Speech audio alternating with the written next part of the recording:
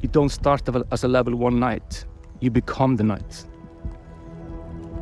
You don't start as the leader of the guild of blacksmiths. You become it. Welcome to the Bone Zone featuring Pax Dei. This is your host BunZaga, and today we're going to be going over the exciting news about Alpha.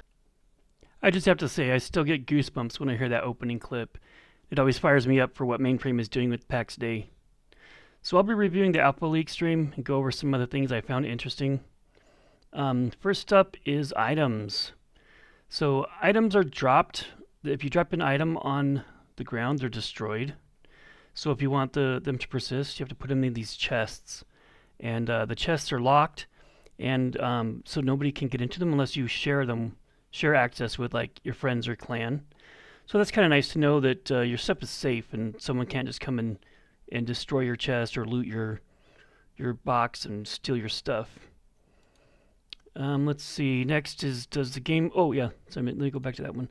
So the question I had, which I thought would be a nice feature, is if I go and gather like a crap load of wood and put them in a chest, and then I go to build on my plot, I'm curious if the game will automatically know I've got 100 wood in my chest, and I don't actually have to have it on my body in order to build, because that would be a really nice feature. You could dump everything into your chests, and then as you go and build things, it can like see if you've got that resource in your chest without having to have it on your person. I think that would be nice. And let's see. So items lose durability. You can repair them, but if you repair them too many times, it will break the item and it'll be gone from the game. So that's kind of how they're deciding to do it. They said it hasn't been enabled yet for the alpha, but that's their plan. Is that so you can you create an item, it's got a certain amount of durability. As you use it, the durability goes down. Then you repair that item, and now the second time it's got less durability, and then eventually it'll break. Is what it sounds like. So that's kind of an interesting way to do it. Let's see. There's fall. Okay, I guess. How does that have to do with? Oh, okay.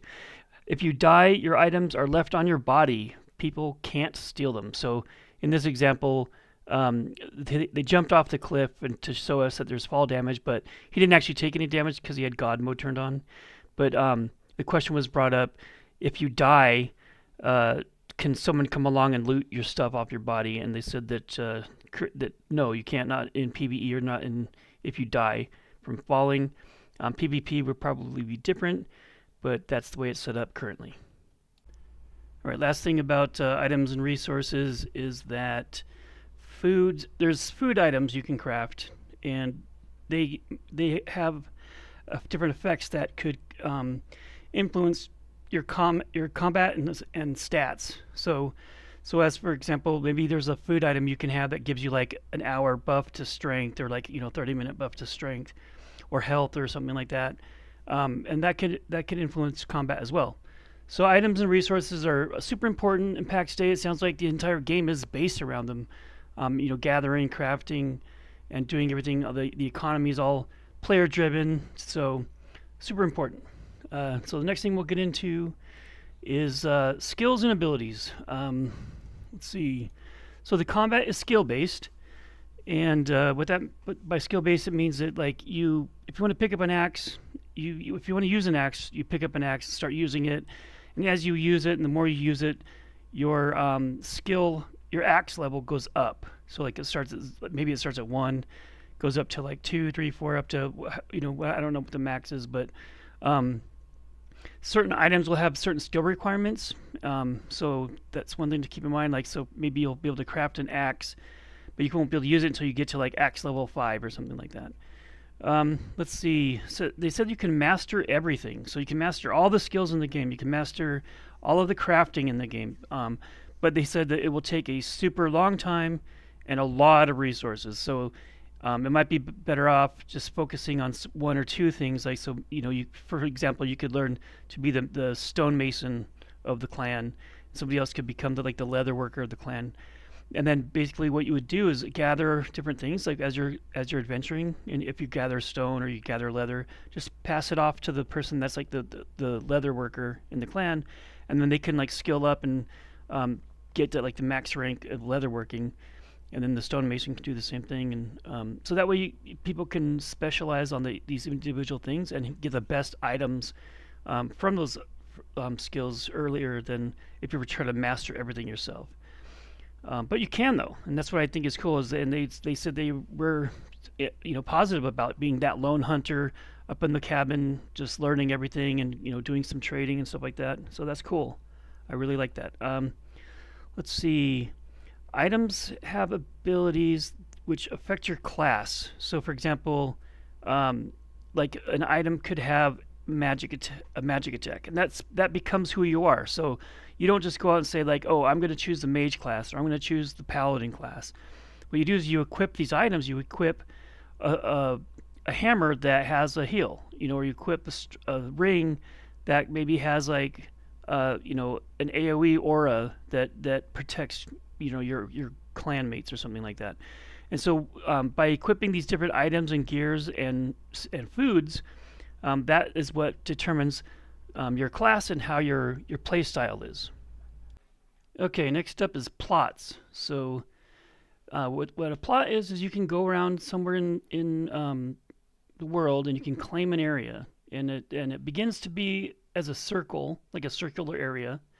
But then as you go towards another plot that's already been claimed, it has this linking system where it'll actually change the shape in order to link with that other plot, and it extends the area a little bit. And so that's their idea of trying to promote people linking plots together and building next to each other by giving them a little bit more of a space by linking your plots.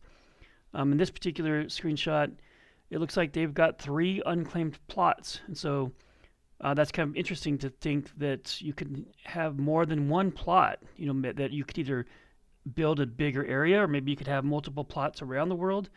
That'd be kind of interesting if you wanted to set up some kind of a teleportation system to go from like one of your areas to another, or based on the markets, maybe one area you could go farm something and then go sell it at another area. There's a lot of interesting ideas with regards to this and how it works. And one thing to consider is these things are not instants. So these are actually places in the world where if I place a plot somewhere and build my house, all of the other people in the server could run over to my house and they'll see what my house is and they'll see what I'm building there. And that's really awesome, to be honest. I think that's really cool. Let's see. And the other question I had was, so this shows the shared areas. So as he extended this plot, it linked over and extended over towards the other plot.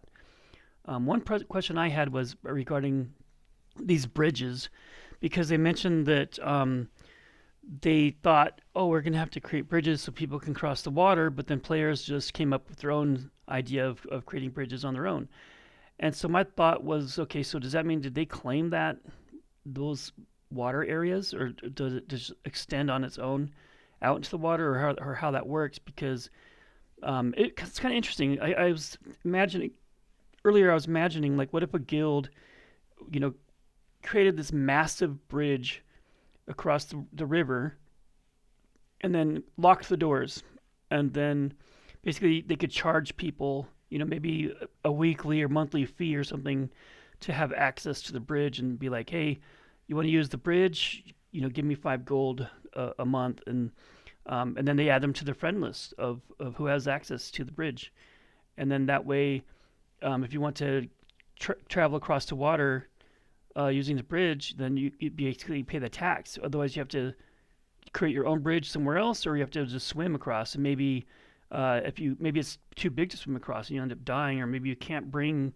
like a wagon across the river. Maybe you need a bridge in order to bring a wagon across. And so, anyway, just kind of made me think of some interesting ideas. And I was curious if someone actually had to own that land in order to build that bridge there, or if it's just somehow extended off of their plot. So that's kind of interesting. Okay, the next topic I want to go over is buildings.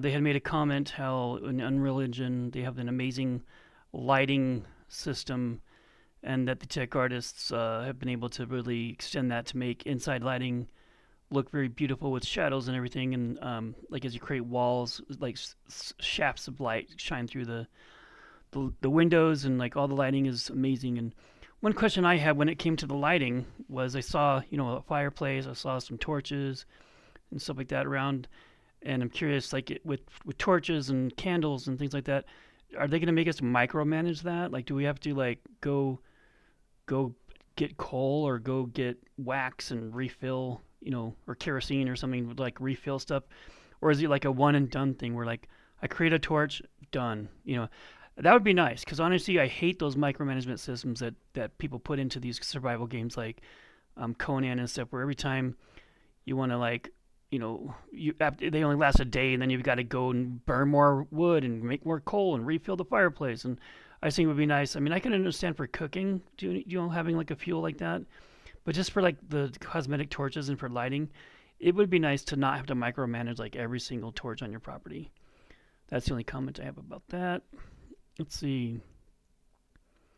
They said that they don't have a deterioration for buildings planned. That they don't plan on, having your building collapse over time. And so I don't know what that looks like or how that is going to change. That's nice, but on the other hand, what if I join the game, create a structure, and leave, and I don't play the game for 6 months or a year, or how does that work? Like, does it eventually decay, or does it eventually collapse, or what does that look like? Because otherwise, structures will remain around forever, and there'll be no to like litter the landscape. So I'm wondering how they plan to deal with that. So in this picture, you can see that. Actually, let me show you this other one first. Okay, so in this picture, you can see that this is a green wall. And so what that means is that it's very solid. Okay, so it seems like if you build something on the ground or within a solid structure like a rock or a tree, I've heard stories of people building things in trees, or on the ground, it's solid, considered solid. And that's why it's showing up as green. But then as you build up vertically, it becomes light green, and it sounds like it becomes to maybe turn yellow, and maybe eventually will turn red, meaning it's very unstable. You can't build up there because it doesn't have a solid foundation.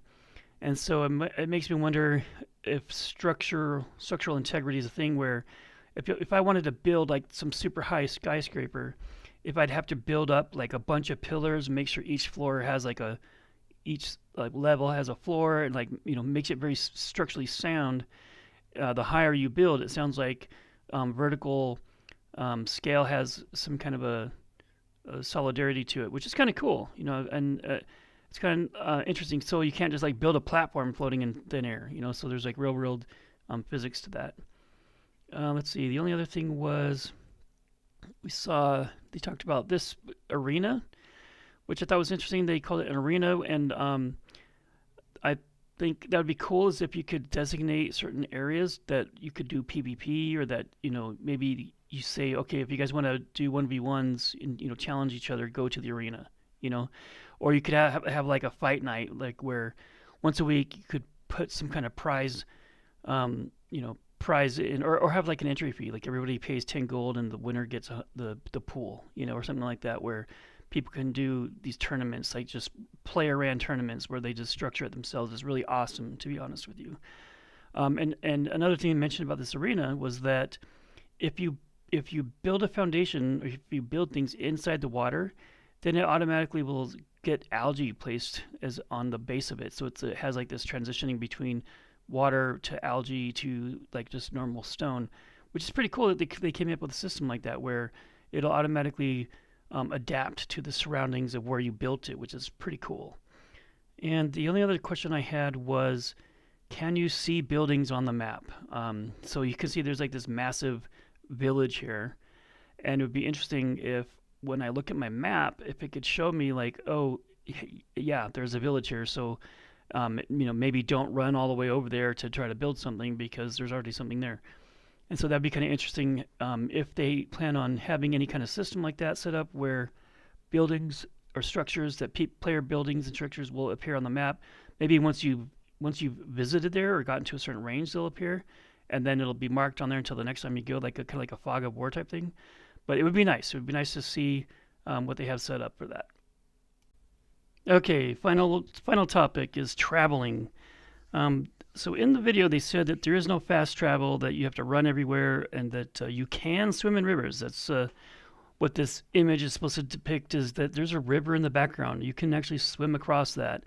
And if you swim out too far, you can die if you run out of air. Now, the one thing that is a bit of a leak, and I don't know if this is planned or if they're planning to remove this, but there actually is fast travel across the map. So one is, I guess, there's these little nodes around the map that if you, the closest node that you are near to, you fast travel to. You can fast travel to.